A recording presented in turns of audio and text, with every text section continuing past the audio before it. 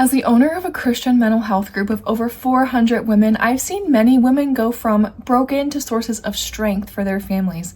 And these aren't outliers. These are regular women experiencing the promises of God.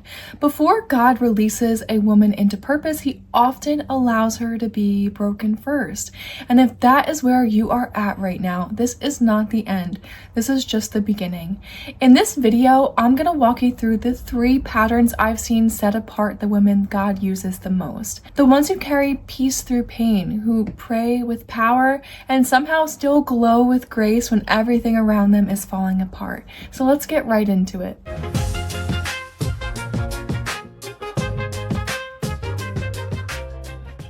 Pattern number 1. You don't accept pain as failure. When life starts falling apart, what's the first thought that hits you? I must have messed something up, or I must not be strong enough, or God must be so disappointed in me. But what if the breaking isn't evidence that you've been disqualified, but rather it's proof that you have been set apart? Women that overcome these battles the fastest have the mental perspective that these challenges are actually a good thing and that God is doing work in their life. Psalm 34:18 says, "The Lord is near to the brokenhearted and saves those who are crushed in spirit." So why do we treat brokenness like it's some kind of spiritual failure when God treats it like an invitation? I've seen this over and over in women's lives and even in my own studies and at work in mental health. The breaking doesn't weaken your calling. It clears the space for it. Let me just say that again, okay? You weren't called in spite of your breaking, you were called through it. So here's the truth that might just challenge your belief. You're not behind, you're in the deep work, and what feels like breakdown might be the holy beginning of a breakthrough. Pattern number 2, you remember that the wilderness is where God reveals identity. I want you to think about this. When did Moses find out who he really was? When he was alone in the desert. When did David learn to lead? When nobody was watching and all he had were sheep and a slingshot. And when did Jesus begin his ministry? Right after 40 days in the wilderness. We tend to think when everything feels hidden, quiet, or stripped away, that it must mean that we're off track somehow. But biblically, the wilderness has always been God's classroom. Isaiah 45 verse 3 says, "I will give you the treasures of darkness and hidden riches in secret places." So in other words, God does some of his best work in places that nobody else can see.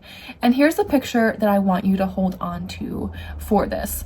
When a seed is planted, it spends a long time buried. No sunlight, no applause, no proof that anything is happening, but deep in the dark soil, roots are growing. And if the roots don't go deep, the fruit won't last. So if you're in a season that feels hidden or overlooked or even buried, you might not be lost, you might just be planted. Because before God calls you out, he builds you within, and it's often in the wilderness, not in the spotlight, where you find out who you really are.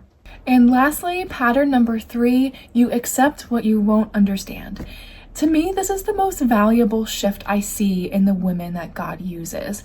It's that they stop demanding answers and start trusting in his character. Not because they have suddenly stopped feeling pain, but because they finally realize that faith isn't built on clarity, it's built on confidence in who he is.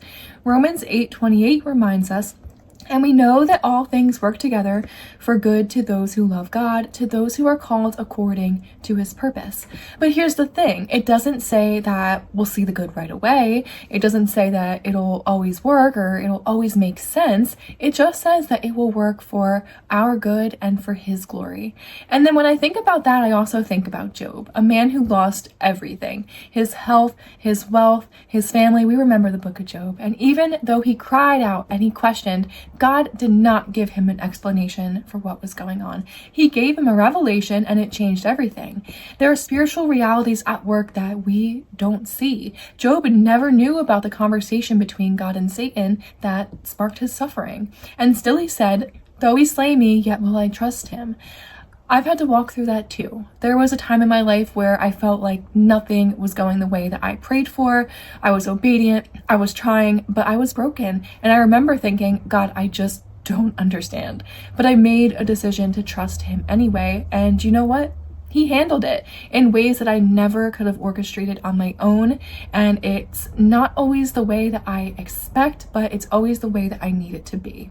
The women God uses most learn to live like that.